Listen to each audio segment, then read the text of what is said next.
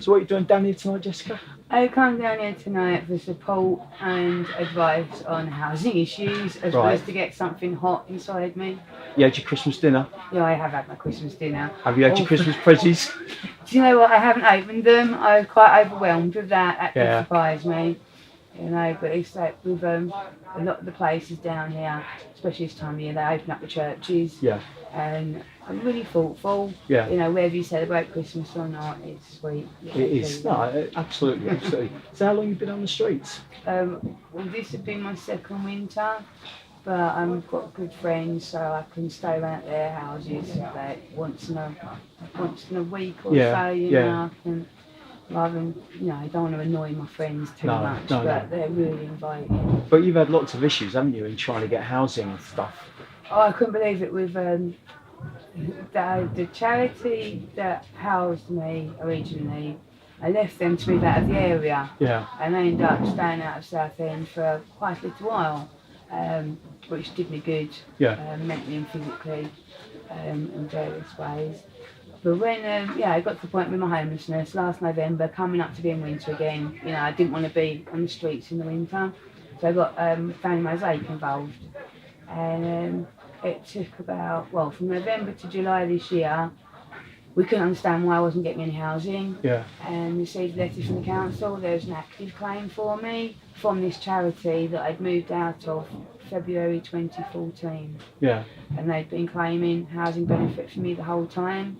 So I'm not in a position, I have the mental strength to go to the extremities I could do with regards to people that advise me to go to police because it's fraud. Right. If someone else was doing that in my name, they'd be persecuted, Absolutely, they would. prosecuted, Absolutely. and all the rest of it. But because they're a charity, HARP's supposed to be this fantastical company that they've become untouchable. It does, yes, in that sense. And if you're young and you're homeless, they're a very good company. Yeah. But when you become over a certain age, they treat you all like you're the same. And everyone has individual needs, especially as you get older. You've got alcoholics, you've got drug addicts, you've got people with mental health issues, people that aren't used to going to dentists or the doctors or other things. So that's when I need to assess people differently.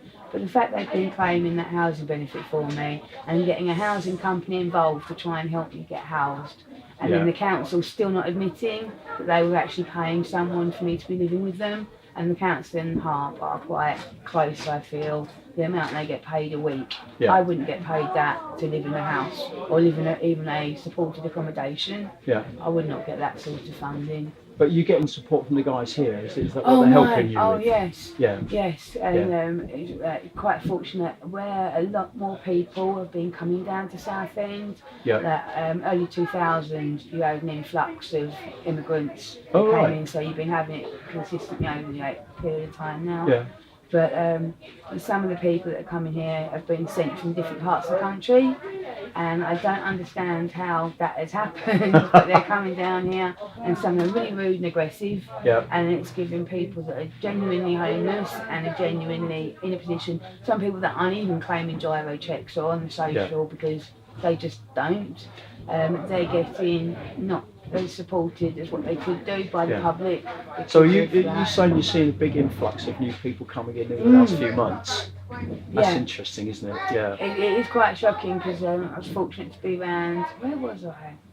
I don't even know where I was, but I actually watched a bit of news. Yeah. And they were saying on that about, there was a girl in Milton Keynes and they was filming her about being homeless, and she's been on 9 months now on the streets.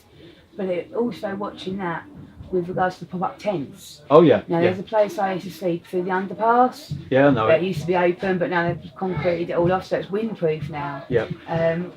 Before we used to sleep down there. You go down there now and there's people in tents, which is quite odd. You're not used to seeing homeless people in tents, so it's very, especially in such a built-up area. But it has seemed to have got worse. A lot worse, and the council is not helping people. No. It's okay, you're a British-born citizen, you should have more, so to speak, rights to housing than someone that's just come over here, I think, especially considering ages and backgrounds and stuff. It's always stuff. It's like some of the hostels are just overrun, more so with immigrants than they are with British people. Yeah. You know, not in a nasty way, just in a matter of fact way. Yeah, that's not going to change anytime soon, No, is it? it's not. And with, well, now it's getting to winter as well. Yeah. It's a lot worse. But places like this, I was really shocked when I heard this place had opened up, because there's other services I use during the week, because you're down here a couple of days. Yeah, we are Mondays and Thursdays. Yep. Yes, and then other days you've got the other places down, I think you know the roads where they're at. Yeah. And they're really helpful as well, because of, for example, because I'm quite a small woman, they know my size jeans. So they've been looking out for like jeans for me, for example, you know, or just extra joggers that I can put on top of these jeans and stuff like that. So, you know, they do pay attention, and it's, you know, having a difference, like with this place, the fact that you do ensure that people come here are actually homeless. You know, you relate to the council, you do your research to a certain extent. And that did bother me when I first came down. It's like, well, why do you want all this information on me? And when I realised it was so that I am coming down here for proper reasons, I thought that was not a bad idea at all. Yeah, because some of the other places don't have that regime, so to speak. And I think it's not a bad thing. Yeah. Is there anything we don't do that would help you? Is there anything that we could do a little bit more? I have found in the past there seems to be more volunteers sometimes than people down here, and some of the volunteers don't seem to know who the other. There's a few young girls that have been homeless themselves that I've chatted to that come and give their services down here because of their past situations, and I don't feel some of the older women are as friendly as they could be to them. Right, okay, that's not being a mean way, but maybe they that's don't recognise why they're here. That's why supposedly everyone has a lanyard, so that you can differentiate and you know that you can help, ask someone how they are. Do you need something? Can we help? That sort of thing. And recognising that friendly face from week to week. Yeah, no, absolutely. Well, it's good to see you. I'm glad you had a good Christmas meal. It really surprised me. I can't believe how close it is to Christmas again already. I'm absolutely starving now. But thanks a lot. But no, it was a really, really lovely dinner. Cool. No, I really appreciate what you're doing down here. And as long as people know the situations people can be in, and the realities of it. I think that's the most difficult thing. People got, as we said, all these preconceived ideas, and partly what we need to do is to try to break those down and show people that homeless people are people with dignities and with needs. And you know, if we can get that message over and we can help people, you know, that's a big step forward. Quite a lot of times down the high street, because I'm quite smiley and bubbly anyway, people quite often approach me, especially drunken women when they've had a night out, and that'd be one of the first things they ask. How are you in this condition? And to be able to someone actually ask you, as we like, you know, saying before about people just giving you that time of day, just to whether it be like, oh no, you know, even if you say no, it's just being acknowledged. It is. As opposed to ignored. You know, so the fact that even though they're drunk and that, it's the fact they're asking, why are you here? How did this occur? Why are you on the streets? Why are you sleeping off? Why have you not got a job?